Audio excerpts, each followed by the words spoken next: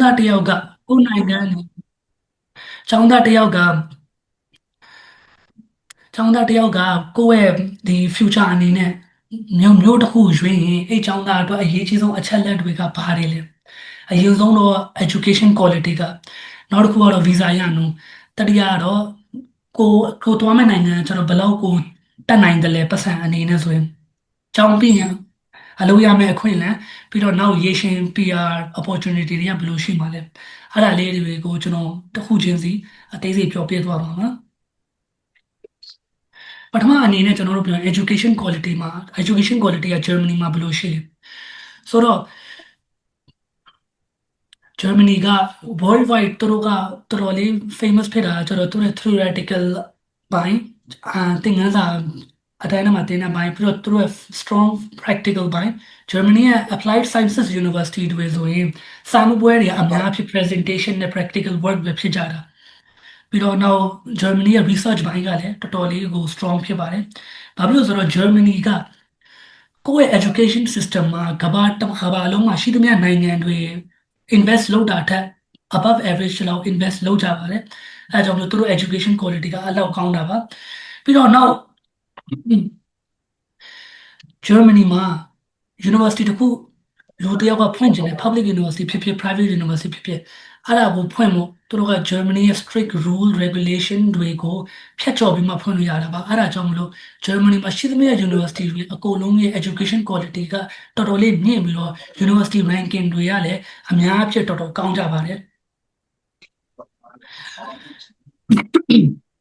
နောက်ကျွန်တော်တို့ visa ရနှုန်းကကျတော့ဘယ်လိုရှိလဲဒီအချက်လက်ကကျတော့ကျွန်တော်တို့ third world country မြန်မာနိုင်ငံကျောင်းသားကျောင်းသူတွေအတွက်ဆိုရင်တော်တော်လေးအရေးကြီးတာပါဘာလို့ဆိုတော့အခုအကုန်လုံးသိကြတဲ့အတိုင်းပဲ US နဲ့ UK visa ကတော့မြန်မာကျောင်းသားတွေအတွက်လုံးဝကိုပိတ်လိုက်တာပါပြီးတော့နောက်ကျန်တဲ့ကောင်းတဲ့နိုင်ငံတွေကနေဒါတို့ Australia တို့ဘာလို့အဲ့ဒီနိုင်ငံတွေရဲ့ visa ကတော်တော်ကိုတင်းကျပ်တာ student visa တောင်တော်တော်တင်းကျပ်တာ50%တပိုပြီး chances ကမရနိုင်တာပဲရှိတယ်အဲ့ဒီတည်းမှာကျွန်တော်တို့အခု Germany အကြောင်းပြောရင်တော့ Germany ရဲ့ visa ရနှုန်းက99%လောက်ရှိပါတယ်အဲဒါကျွန်တော်တို့ third world country မြန်မာနိုင်ငံចောင်းသားចောင်းသူတွေအတွက်တော်တော်လေးစိတ်အေးစရာစကားတစ်ခုဖြစ်ပါတယ်ပြီးတော့အဲ့ဒါတွေအကုန်လုံးကိုကျွန်တော်တို့ပေါင်းလိုက်ရင်လူအများစုထင်ကြတာက Germany သွားတာတော်တော်လေးဈေးကြီးလိမ့်မယ် Germany က education ကတော်တော်ဈေးကြီးလိမ့်မယ်ထင်တယ်ဒါပေမဲ့အဲ့လိုလုံးဝမဟုတ်ပါဘူးကျွန်တော်တို့ Germany ကို US UK Canada Australia အဲ့ဒါတွေနဲ့နှိုင်းယှဉ်ရင် Germany ကတကယ်ပြောရင်ဈေးတက်တာဆုံးနိုင်ငံဖြစ်ပါတယ်ဘာဖြစ်လို့ဆိုတော့ Germany ရဲ့ public university တွေကသူကကျောင်းလာကမရှိပါဘူးသူက administration fee ပဲပေးရတာပါ administration fee ဆိုတာက200နဲ့900 euro per semester မြန်မာနိုင်ငံရဲ့ကျောင်းတွေထားတော့မပို့ပြီးတတ်တာသေးတယ်အဲ့လောက်ပဲပေးရတာပါအဲ့လိုကျွန်တော်တို့ Germany ရဲ့ private university အကြောင်းပြောရင်တော့မှ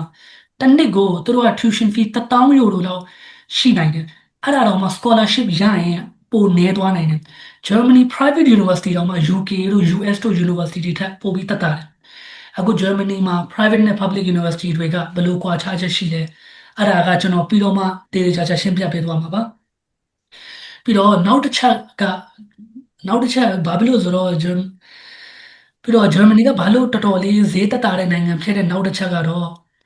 Germany မှာကျောင်းသားတစ်ယောက်က part time job ကိုအေးအေးဆေးဆေးလုပ်လို့ရပြီးတော့ part time job နဲ့ကိုယ့်ရဲ့နေထိုင်စားစရိတ်ကိုအေးအေးဆေးဆေးကာမိပါတယ်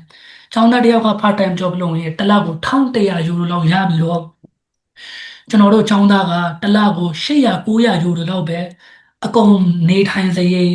အိမ်လာကပေးစရိတ်အကုန်ပေါင်းပြီးတော့800 900လောက်ပဲကျောင်းသားတစ်ယောက်ကသုံးဖြစ်တယ်အဲ့ဒါကြောင့်မလို့ကျွန်တော်တို့ပတ်စံတော်မှထပ်ပြီးပိုနိုင်သေးတယ်ပြီးတော့အဲ့ဒါဆိုရင်ကျွန်တော်တို့ကကျောင်းပြီးရင်ဘယ်လိုမျိုးကျွန်တော်တို့ opportunity တွေရတယ်အခုတချို့နိုင်ငံတွေမှာဆိုရင်ကျွန်တော်တို့ international student တယောက်အနေနဲ့အကြောင်းတော့ဖတ်တယ်ဒါပေမဲ့ကျောင်းပြီးရင်အလုပ်အခွင့်အရေးတွေကမရှိဘူးအဲ့ဒီနိုင်ငံတွေကကိုယ့်ရဲ့နိုင်ငံသားတွေပဲအလုပ်ပေးတဲ့နိုင်ငံတွေတော်တော်များများရှိတယ်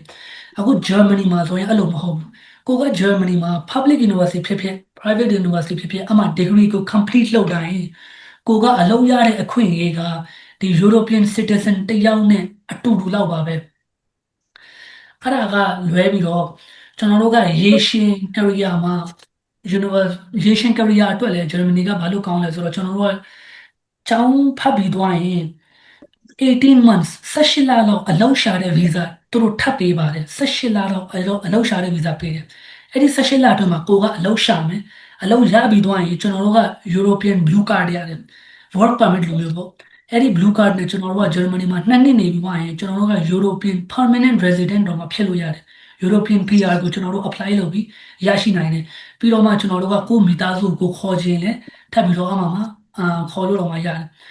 တော်တော်များများနိုင်ငံတွေကျွန်တော်ကြားဘူးတာတော့ကိုကစာတော့ဖတ်လိုက်တယ်ဒီဂရီရသွားတယ်ဒါပေမဲ့အဲ့ဒီနိုင်ငံမှာနေထိုင်ခွင့်ကမရနိုင်ဘူးအဲ့ဒါကြောင့်မို့မြန်မာနိုင်ငံပြန်လာလိုက်ရတယ်ဘာထူးလဲအဲ့လိုဆိုရင်အဲ့ဒီဘိုင်းမှာလဲဂျာမနီကတော်တော်လေးကစိတ်ချတဲ့နိုင်ငံတစ်နိုင်ငံဖြစ်ပါတယ်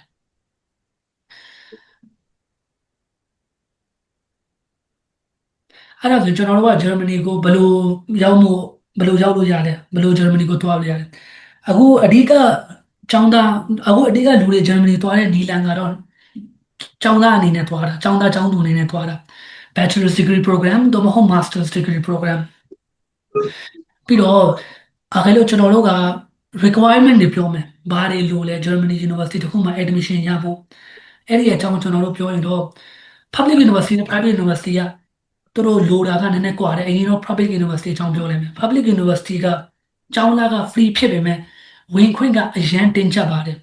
public university တောင်းတာကသူကကျောင်းသားတစ်ယောက်က previous education 73နှစ်လောက်ရှိရမယ်ဆိုပြီးသူတို့တောင်းကြတာအဲ့ဒီ73နှစ်ကကျတော့ဘယ်လိုဖြစ်ရမှာလဲဆိုတာကကိုယ့်ရဲ့အထက်တန်းပေါ်ကိုမူတည်သွားတယ်အခုဥပမာအနေနဲ့ဆိုရင်10တန်းစနစ်ဟောင်းနဲ့12တန်းစနစ်တစ်ကိုဂျာမနီက10နှစ်လို့ပဲသတ်မှတ်တယ် G12 လောက်နိုင်တော့မှသူတို့က10နှစ်ပညာရေးအရေးချင်းလို့ပဲသတ်မှတ်တယ်အဲ့ဒီအပေါ်မှာ73နှစ်လို့ဖို့အတွက်မြန်မာနိုင်ငံမှာပဲသူတို့တခြားနိုင်ငံမှာ Bachelor Degree Program ထပ်3နှစ်လောက်လုပ်ရပါတယ်အဲ့ဒါပြီးတော့မှ Germany မှာ first year ကနေပြန်တက်လို့ရတယ်အဲ့ဒါလို့ကိုက O level လောက်တိုင်း O level တစ်ခုနဲ့တော့ Germany Public University မှာလာလို့မရဘူး A level တွင်းပေးရတယ် A level မတွင်းရင် University နောက်2 နှစ်လောက်ထပ်ပြီးတွင်းရပါတယ်အခု OSSD ကလည်းသူတို့က accept လုပ်တယ်ဒါပေမဲ့သူတို့ condition တွေအများကြီးကို follow လုပ်ပြီးတော့ OSSD နဲ့ apply လုပ်လို့ရတယ် GED ဆိုရင်တော့ Germany Public University က accept ကိုမလုပ်တာအမ်တကယ်ပြောရင်တော့ Germany Public University ကဈေးသက်သာပဲမဲ့သူကအရန်တင်းချက်တဲ့ဝင်တာအဲ့ဒါနဲ့ Germany Private University ကဈေးကြီးပေမဲ့ကျွန်တော်အပေါ်မှာအခုပြောခဲ့တဲ့ G10, G12, OSSD, GED, O level အဲ့ဒါတွေအဲ့ဒါတွေရှိုံနဲ့ကိုက Germany Private University မှာ first year နဲ့တက်လို့ရတယ် G10 ဖြစ်ဖြစ် G12 ဖြစ်ဖြစ်ပြီးသွားတာနဲ့ private university မှာတော့ first year နဲ့တက်လို့ရတယ် O level တစ်ခုတည်းနဲ့လည်း first year နဲ့တက်လို့ရတယ် GED နဲ့လည်း first year နဲ့တက်လို့ရတယ်ပြီးတော့ Germany Private University က scholarship ပေးရတယ်သူတို့တော်တော်လေးကောင်းတယ်ပြီးတော့ကျွန်တော်တို့ ਨੇ အဲ့လို apply လုပ်ရင်ကျွန်တော်တို့က Germany Private University တွေနဲ့ direct contact ရှိတော့ကြောင့် direct စာချုပ်များချုပ်ထားတော့ကြောင့်ကျွန်တော်တို့ ne apply လုပ်ရင်ပို့ပြီးတော့ scholarship ရတဲ့နှုန်းကပိုမြင့်လည်းမြင့်တယ် chances ကလည်းပိုများတော့ပါတယ်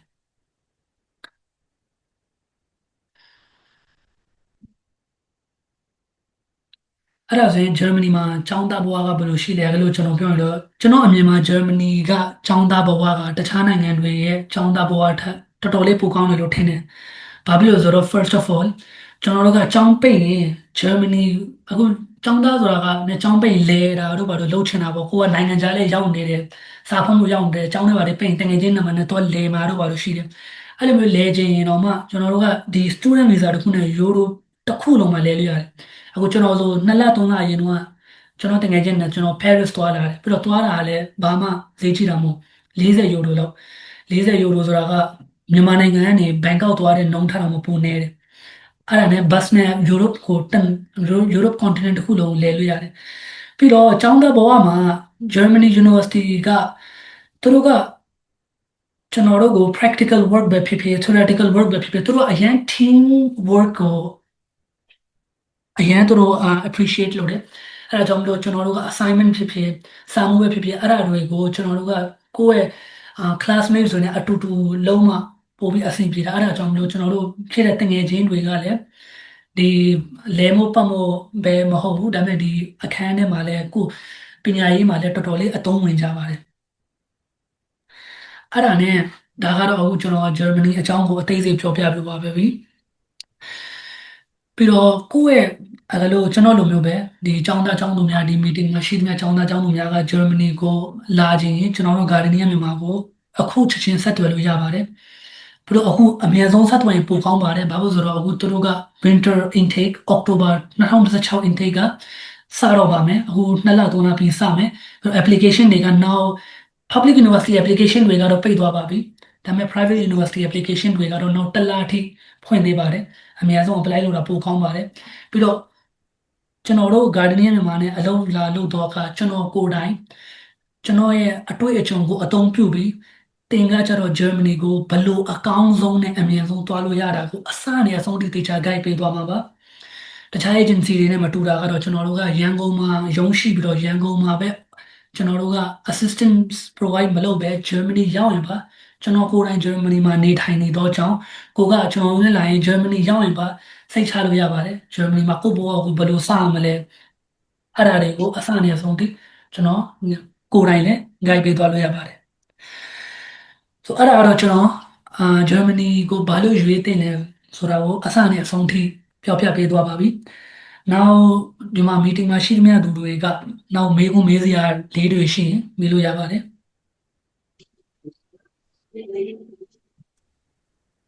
ညီကလေအဲ့လိုသွားတော့လေဟိုဂျာမန်စကား special မတက်ဘဲနဲ့သွားလာဘလို့အဲ့လိုမျိုးဟိုဂျာမန် level ဘယ်လောက်နဲ့သွားလဲဟုတ်ကဲ့ဒီအချက်လေးကျွန်တော်ပြောမှုမေ့သွားပါတယ် thank you for asking ဆိုဒီကျွန်တော်တို့ကကျတော့ Germany ကို Bachelor's သို့မဟုတ် Masters နဲ့သွားခြင်းလဲဆိုရင် German ဘာသာစကားလုံးဝမလိုပါဘူး visa အတွက် Germany ရောက်ဖို့အတွက်ထိကျွန်တော်တို့ German စကားမလိုပါဘူး။ဘာလို့ဆိုတော့ကျွန်တော်တို့သွားတာကကျတော့ English thought program နဲ့သွားတာ။အဲ့ဒါကြောင့်မို့သူတို့က German requirement ကိုမတောင်းပါဘူး။ကိုကကျတော့ German စကားကို Germany ရောက်ပြီးမှအေးအေးဆေးဆေးကိုယ့်မနဲ့ကိုသင်လို့ရတယ်။တော်တော်များများ university တွေက German language classes ကို free တော့မပေးတယ်။အခုကျွန်တော် university လည်းGerman language class က free ပေးတယ်။အဲ့လိုကိုယ့်ဘက်ကိုရောက်ပြီးတော့ကိုရောက်ပြီးတော့တင်တာပိုတော့မှကောင်းတယ်ပြီးတော့သွားတဲ့အချိန်တော့အဲ့လိုတော့မလိုပါဘူး ဟုတ်ကဲ့ကျေးဇူးပါနော်ဟုတ် Okay တော့မေးလို့ရလားမသိဘူးပေါ့နော်ဟုတ်ကဲ့မေးလို့ရပါတယ်ဆိုတော့အခုခုနပြောသွားတဲ့အထဲမှာ GD တွေကဒီ public university မှာကျတော့လုံးဝလက်မခံဘူးလို့ပြောတယ်ပေါ့နော်ဆိုတော့ private university မှာကျတော့သူတို့ကအမှတ်ဘယ်လောက်ကိုတောင်းလဲပေါ့နော် GD တစ်ခုတည်းနဲ့ရလားဒါမှမဟုတ်လို့ရှိရင်ကျွန်တော်တို့ထပ်ပြီးတော့ SAT IELTS ပြီးရင်တခြားသောဒီဥစ္စာတွေရောထပ်ပြီးတော့ extra ထပ်လုပ်ရမှာလားတခြားတော့ပြောပြလို့ရမှာမသိဘူးကြဟုတ်ကဲ့ပါအခုကျွန်တော်တို့ဒီ GED ကအမှတ်ဘယ်လောက်လိုလဲဆိုတော့အမ်ကိုကလို့ GED အောင်ရုံနဲ့ပဲ eligible ဖြစ်ပါတယ်အမှတ်ကဘယ်လောက်ပိုကောင်းလဲအဲ့လောက် chances ကပိုများတယ်ဘယ်လောက်ပိုကောင်းလဲ scholarship ကအဲ့လောက်ပိုပြီးရတယ်ဒါပေမဲ့ normally ဆိုရင် overall 60% လောက်ထိဆိုရင်တော့ ACC ရပါတယ်ပြီးတော့Germany မှာ public university ဖြစ်ဖြစ် private university ဖြစ်ဖြစ်ကျွန်တော်တို့က English program နဲ့တွားရင် English proficiency certificate တော့လိုပါမယ်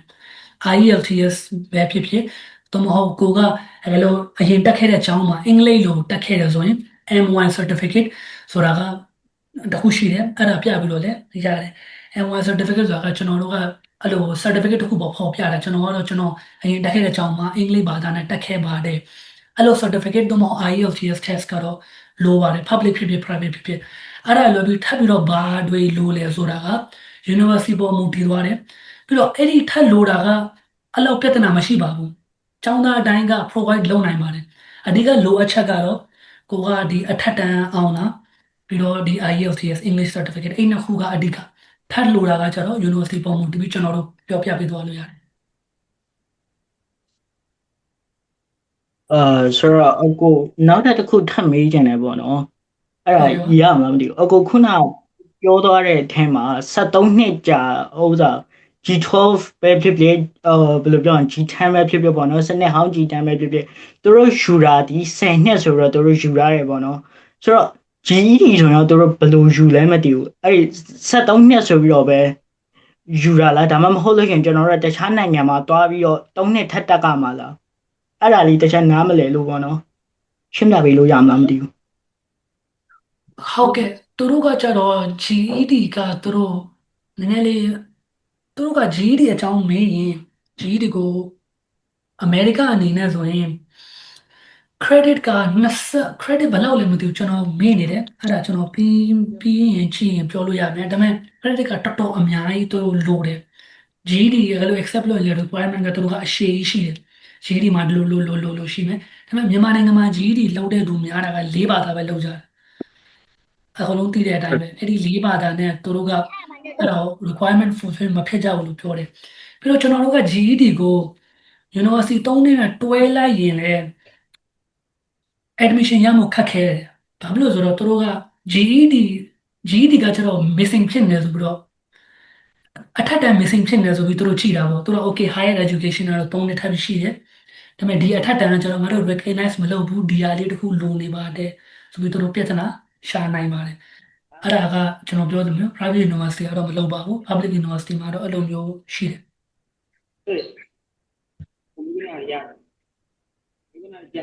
ဘာလို့နောက်တစ်ခုသိချင်တာလဲဟိုပါလေအဲ့ public university မှာလေ aptitude test ဆိုတာပါအဲ့ဒါမျိုးဖြေရတယ်လေရှိရတယ်အဲ့ဒါမျိုးအဲ့တော့ဟိုညီနေနေရောအဲ့တော့ဖြေခဲ့ရရှိလားဟို public university တက်တယ်ဆိုအများစု public university မှာတော့သူတို့ aptitude test မတောင်းပါဘူးတောင်းတဲ့ university တွေရှိတယ်ဒါပေမဲ့အဲ့ဒါကအနည်းငယ်ပါပဲအများဖြတ်တော့သူတို့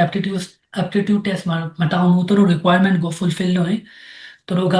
accept လုပ်တယ်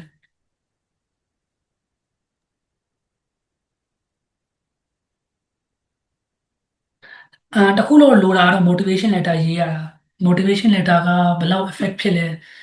university ပေါ်မူတည်တဲ့ motivation letter ကကျတော့တချို့ university ကတော်တော်လေးဂရုစိုက်တယ်တချို့တွေကအဲ့လောက်ဂရုမစိုက်ဘူးဒါပေမဲ့အဲ့ဒီ motivation letter ရေးတဲ့ဘိုင်းကကျွန်တော်တို့နဲ့လို့ရင်ကျွန်တော်ကိုယ်တိုင်ကျွန်တော်လက်နဲ့ကျွန်တော်ရေးပေးတာပေါ့အဲ့လိုတော့ရှိတယ်အဲ့ဒါပဲပြီး aptitude test တော့အများအပြားမရှိပါဘူး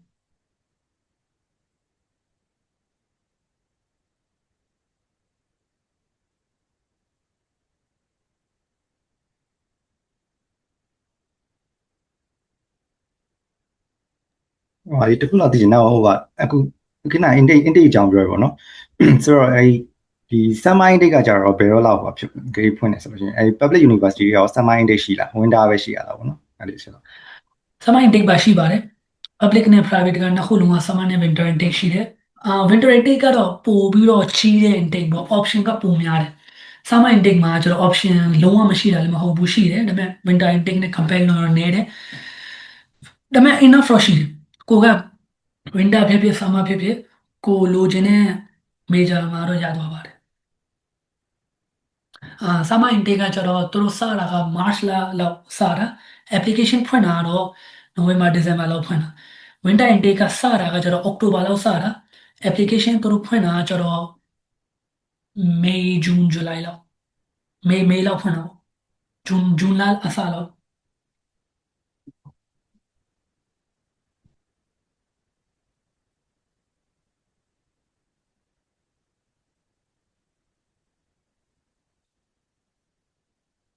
ဟိုပါလေနောက်တစ်ခုပေါ့နော် Kamenji cost လေးပြောပြလို့ရမလားပေါ့နော် public တက်မယ်ဆိုလို့ရှိရင် Kamenji AD blog account ဖွင့်တာတွေပါတန်ရုံးဝင်တာတို့ဒီနောက် uni assist လာပါလားအဲ့မှာကြောင်းရှောက်လို့ရှိရင်ပြရရှိလေအဲ့ဒါဘိုးကုန်းပါစီပြီးပေါ့နော် public ဆိုဘယ်လောက်ကုန်နိုင်လဲနောက် private ဆိုလို့ရှိရင်ဘယ်လောက်ကုန်နိုင်မလဲပေါ့ Kamenji အဲ့လေးပြောပြလို့ရအောင်brother ကကျွန်တော်ဒီ Germany မရောက်မီ process တစ်ခုလုံးမှာဘယ်လောက်ကုန်မှာလဲမေးတာလားတော့ Germany မှာဟုတ် Germany မရောက်ခင်ပေါ့နော်မရောက်ခင်ပေါ့ဟိုဂျာမနီရောက်လေ blog account တွေကထုတ်ပြီးသုံးလို့ရရမလားအဲ့လိုကျွန်တော်လည်းဆရာတော့မသိဘူးလေမရောက်ဘူးတော့ဟုတ်ကဲ့ရပါတယ်ကျွန်တော်အဲ့ဒီအကြောင်းတရားရှင်းပြလိုက်ပါမယ်ဆိုကျွန်တော်တို့ Germany သွားမို့ public university ဖြစ်ရင်တော့ကျွန်တော်တို့ကုန်ချစေးကဘာမှအလောက်ရှိတာမဟုတ်ဘူးအနည်းငယ်လောက်ပဲရှိတာတကယ်ပြောရင်တော့ကျွန်တော်တို့အခု application fee university မှာ apply လုပ်မယ် application fee ရှိမယ် application fee က university 3ခုလောက်မှာ apply လုပ်ရင် euro 100 150အနီးပါလောက်ဖြစ်နိုင်တယ်ကိုကပို apply လုပ်ပိုများမယ်ဒါပေမဲ့အများစုကတော့3ခုလောက်4ခုလောက်မှလုပ်တယ်ဆိုတော့ euro 100 150လောက်ကျတယ်ပြီးတော့ကျွန်တော်တို့ acceptance letter ရသွားမယ် acceptance letter ရသွားရင်သူတို့ကို semester contribution fee ပေးရတယ် semester contribution fee ကပြောသူမျိုး200နဲ့900 euro လောက်ပဲရှိတယ်အဲ့ဒါက6လအတွက်ပေးရတယ် so semester contribution fee 200နဲ့900 university ပေါ်မူတည်ပေးရတယ်အဲ့ဒါလည်းပြီးတော့ embassy မှာ visa apply လုပ်ဖို့85 euro လောက်ပေးရတယ် ပြီးတော့ကိုကကျတော့ကိုစာရွက်စာတမ်းတွေကိုမိတ္တူကူးတာတော့ဘာလို့အဲ့ဒါတော့အနေငယ်ကိုမနေကုန်တယ်ပြီးတော့လေticket ကကျတော့ကျွန်တော်အဲ့ဒါတော့တေချာမသိဘူးဒါပေမဲ့900နဲ့1000ယူရိုအနီးပါးလောက်ရှိတယ်လို့ထင်တယ်ဆိုတော့အဲ့ဒါတွေအကုန်လုံးပေါင်းလိုက်ရင်300မကျော်ဘူး350အနီးပါးလောက်ရှိလိမ့်မယ်လား350နဲ့300လောက်ပဲရှိတယ်တော်တော်လေးဈေးပေါ်တယ်အဲ့ဒီမှာတကယ်ဈေးအရန်များသွားတာက blog account ပဲ blog account တစ်ခုမှာပဲကျွန်တော်တို့က12100နဲ့ဘယ်လောက်လဲမသိဘူးတွင်းရတယ်အဲ့ဒါလည်းကျွန်တော်တို့ပျောက်သွားတဲ့ပတ်စံမဟုတ်ပါဘူးကိုယ့်ရဲ့ deposit ကိုယ့်ရဲ့ပတ်စံပဲကိုကကျတော့သူတို့ရှိမှ deposit လုပ်တာသူတို့ကကျတော့ blog account ဘာဖြစ်လို့တောင်းတာလဲအခုကျွန်တော်တို့ US UK တို့ဘာလို့ကျွန်တော်တို့တွားရင် visa မှာကျွန်တော်တို့ requirement တစ်ခုရှိတယ် bank statement ပေးရတယ်ဘာလုပ်လို့လဲပြရတယ် sponsor ကျတော့ဘာလုပ်တာလဲအဲ့ဒါတွေဘာတွေအကုန်ပြရတယ် Germany ကကျတော့အဲ့ဒါတွေမတောင်းလို့ Germany ကကိုကဘသူပတ်စံနဲ့တွားရလားကိုပတ်စံနဲ့ကိုတွားရလားအဖေပေးရလားဘသူပေးရလဲ तू ကအဲ့ဒါတွေဘာတွေဘာမှမတောင်းတော့ तू ပြောတာက12100နဲ့ဘယ်လောက်လဲမသိဘူး12100ယူရိုလောက်ငါတို့ရှိမှ deposit တွင်းလိုက်ငါတို့ကကျတော့နေ့ကို Germany ရောက်ရင်တစ်လကို992ယူရိုနှုန်းနဲ့အဲ့ဒီပတ်စံကိုလာစဉ်ပြန်ထုတ်ပေးမယ်။ဘာလို့ဆိုတော့ Germany အနေနဲ့ចောင်းသားတစ်ယောက်က Germany မှာနေဖို့အကုန်နေတာထိုင်တာစားတာတောက်တာအကုန်ပေါင်းပြီးတော့990နဲ့အများဆုံးကုန်မယ်။သူတို့အဲ့ဒါအတိမပြုတ်တာ။အဲ့ဒါကြောင့်မလို့သူတို့လာစဉ်ကိုကျွန်တော်တို့ပေးတဲ့ deposit ကနေပဲသူတို့ပြန်ထုတ်ပေးတာလာစဉ်သူတို့အဲ့ဒါကဒီចောင်းသားကကျတော့ငါတို့နိုင်ငံမှာလာပြီးတော့asylum မယူအောင်အဲ့လူကကျတော့တကယ် Germany လာမို့တက်နိုင်တယ် Germany မှာနေမို့တက်နိုင်တယ်ဆိုတာကို make sure လို့သူတို့အစားတယ်တောင်းလိုက်တာပြီးရင်သူတို့ပြန်ပေးတယ်အဲ့ဒီပတ်စံကိုတစ်နှစ်အတွင်းမှာလာစေ990နဲ့990နဲ့တစ်နှစ်အတွင်းမှာအဲ့ဒီပတ်စံကိုပြန်ပေးတယ်ဆိုတော့ blog account ကိုပေါင်းလိုက်ရင် blog account တစ်ခုတည်းက12100ယူရိုဖြစ်နေလို့3900ကျော်သွားတယ်အကုန်ပေါင်းလိုက်ဇာတ်အကုန်ပေါင်းလိုက်3900ကျော်သွားတယ်ဒါပေမဲ့အဲ့ဒီ3900မှာ600လောက်က blog account တစ်ခုပဲနောက် channel က50ရနဲ့100လောက်ကကိုယ့်ရဲ့ link ရင် ticket ကိုចောင်းမှာ fees ပေးလိုက်တာကိုចောင်း application တွင်းတာအဲ့ဒါတွေပါတယ်ပဲ public university တော့အဲ့လို ဟုတ်ကဲ့ဟိုတခုဒီမှာပေါ့နော် Gardenia မြန်မာဒီမလို့အဲ့ဒီမှာဟို blog account ဖွင့်ပြီးတဲ့ service ရှိလားပေါ့နော်ပြီးတော့ဒါမှမဟုတ်အဲ့ဒီ blog account ဖွင့်မယ်ဆိုရင်ဘယ်လောက်ကြာလဲကြာဘူးတော့3လနဲ့5လလို့ကြာတယ်ပေါ့နော်မြန်လားပေါ့ဘယ်လိုလဲအဲ့ချက်လောက်ရှင်းပြပေးပါ blog account ဖွင့်တာမချပါဘူး blog account အဲ့လောက်တော့မချဘူးကျွန်တော်ဖွင့်တော့မှတပတ်အတွင်းပါ2ရက်3ရက်တပတ်အဲ့လောက်နဲ့ blog account ပတ်စံကဝင်သွားပါတယ်ပြီးတော့ခဏတခြားပြန်ပေးပါကျွန်တော်မေ့ပါတယ်ဗာမေးတာလေ all service အကြောင်း blog account ဟုတ်စားပေးလာပေါ့ blog account ဖွင့်ပေးလာပေါ့တို့ blog account လည်းတည်ရ2မျိုးပေါ့နော်သူတို့စီမှာ agency 2မျိုးကပဲအဲ့ blog account ဖွင့်လို့ sorry agency ဖြစ်တယ်အဲ့ဒီ2မျိုးကပဲအဲ့ရမယ် blog account ပေးဖွင့်တယ်ပေါ့နော်ကြားမိတာတော့ဆိုတော့အဲ့ဒါမျိုးဖွင့်ပေးစားပဲပေါ့ရှိလာပေါ့ဒီ Gardenia မြန်မာဟုတ်ကဲ့ကျွန်တော်တို့ကကျတော့ public university ဖြစ်ဖြစ် private university ဖြစ်ဖြစ်ကျွန်တော်တို့အကလို့ရှိရ service ယူမယ်ဆိုရင်အဲ့ဒီ service အတွင်းမှာ blog account ဖွင့်ပေးတာပါပြီးသားကျွန်တော်တို့ကဒီအစကျွန်တော်တို့ရှိလာတော့အခါကျောင်းသားကနည်းနည်းလေး process ကိုအသေးစိတ်ပြောပြလိုက်မယ်ကျွန်တော်တို့ education background ယူတယ်အဲ့ဒီကျောင်းသားကျတော့ bachelor ရလား master ရလား public ရလား private ရလားဘယ်လိုရတယ်လို့အရင် guide ပေးတယ်ပြီးရင်ကျောင်းသားကလည်းလို့private ရရင်တော့ private university ကိုကျွန်တော်တို့က service fee တပြားမှမယူပါဘူး free အကုန်လုပ်ပေးတာပါ blog account ဖွင့်ပေးတာတော့ဘာလို့အကုန်လုပ်ပေးတာ public university ဆိုရင်ကျွန်တော်တို့ service fee ယူတယ်အဲ့ဒီ service fee မှာလည်း blog account ဖွင့်တာပါပြီးသား university application တွင်းပေးတာပါတယ်ပြီးတော့ flight ticket တွေကြီးပေးတာပါတယ်ပြီးတော့ Germany ရောက်ပြီးသွားရင်တော့မှကိုယ့်ဘဝဘယ်လိုစောင့်လို့ကျွန်တော်ကိုယ်တိုင်လည်းနည်းနည်းပါ guidance ပေးတာရှိပါတယ်အင်းဘယ်လိုရှာမလဲ guidance နည်းနည်းပါပေးတာရှိတယ်အလုပ်ဘယ်လိုရှာမလဲအဲ့ဒါတွေပေးတယ်အဲ့ဒါတွေကကျွန်တော်တို့တခြား agency တွေထပ်ပိုကောင်းသွားတာပေါ့ဘာလို့ဆိုတော့ကျွန်တော်ကိုယ်တိုင်ကဒီမှာအခုရှိနေတာအဲ့ဒါတွေအကုန်ပါတာပါ